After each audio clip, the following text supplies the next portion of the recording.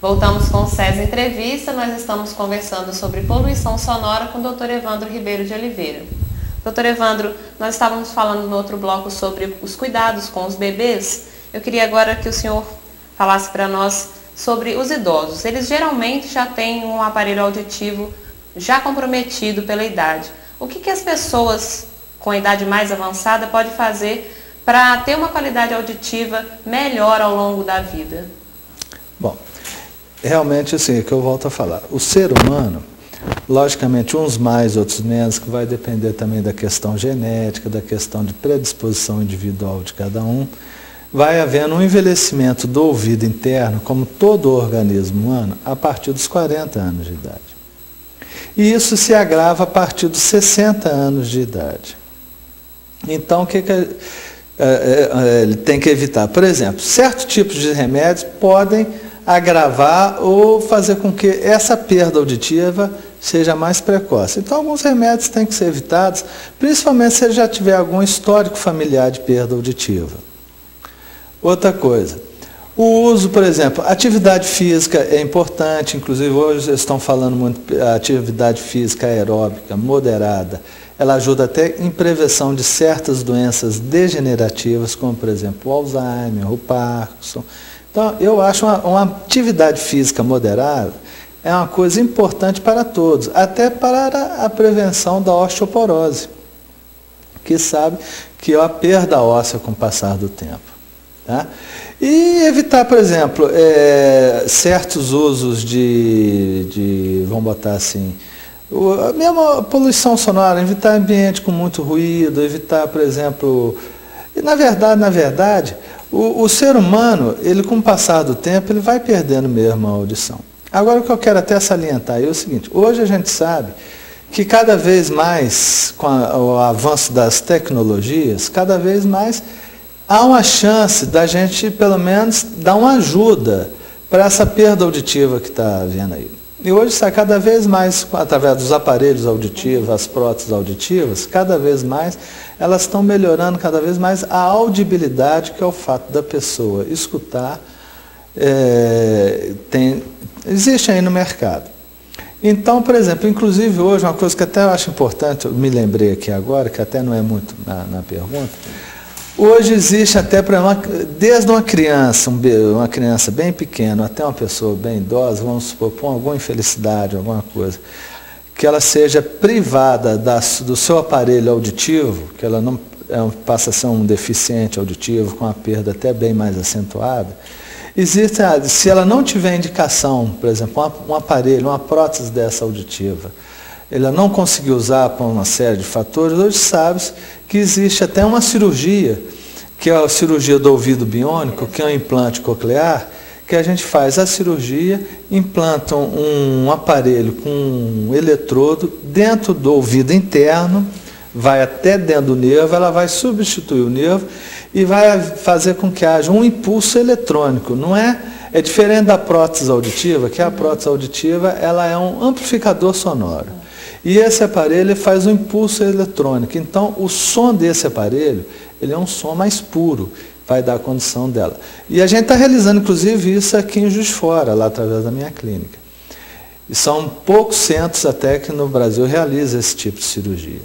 E isso a gente tem conseguido, graças a Deus, uma certa coisa aí, pelo menos nós estamos tentando dar uma ajuda a quem tem esse tipo de privação. E por falar em tecnologias, hoje a gente tem aí o uso do celular muito difundido na sociedade, né? Existem estudos que falam dos problemas causados pelo uso indiscriminado do celular. Há alguma recomendação a respeito do uso do celular pelos otorrinos? O que a gente pode recomendar é o seguinte, todo aquele som que se passa a incomodar as pessoas, você está ouvindo aquele som, incomoda o seu ouvido, incomoda quem está à sua volta, não é bom. Então, procurar reduzir bem o volume do som, bem o volume do celular, mas não é só do celular, de outros aparelhos que existem, como o iPod, o MP3. Né? Evitar ambientes com excessivo ruído. que isso pode, não é somente a questão da perda auditiva, a lesão do ouvido interno. Outras coisas, de distúrbio psiquiátrico, questão que pode levar a insônia. Inclusive tem estudo, a poluição sonora, ela pode ser um dos fatores predisponentes até de uma depressão, de uma esquizofrenia, quem tem tendência genética a ter isso. E no seu consultório, quais são os problemas relacionados à poluição sonora que são mais relatados no consultório médico, né? O que as pessoas vão apresentando, né? A maior coisa que queixa lá é questão de perda auditiva e zumbido. Logicamente, você chega lá um rapaz novo ou uma moça nova aí com seus 20 e poucos anos. Pela história, se ele não tiver uma questão genética, ali alguma outra história passada, né? E igual há pouco tempo eu atendi um rapaz que ele era baterista de uma banda. E ele veio com a queixa de uma perda e zumbido no ouvido. Ao se fazer os exames de acordo para a pesquisa dessa perda, ele já apresentava uma curva característica de trauma acústico. Então ele já estava tendo uma lesão do ouvido interno dele. Nesses casos assim, foi que ele questionou comigo. Eu não vou poder mais tocar na minha banda, eu gosto disso, eu quero me profissionar com isso. Não, ele passa a usar um protetor auricular, que esse protetor não vai também impedir dele não escutar. Ele vai reduzir o som ali em torno mais ou menos de uns 30 decibéis. Ele vai continuar ouvindo, mas vai chegar ao limite, que é mais ou menos entre 80 e 85 decibéis, sem haver a lesão do ouvido interno. Entendi. E o que a população em geral pode fazer para se prevenir da perda auditiva, né, e dos outros danos que podem ser causados pela poluição sonora?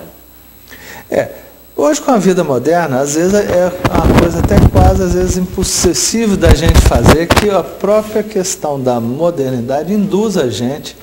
Igual, por exemplo, você não tem o MP3, o iPod aí, você não vai deixar de usar.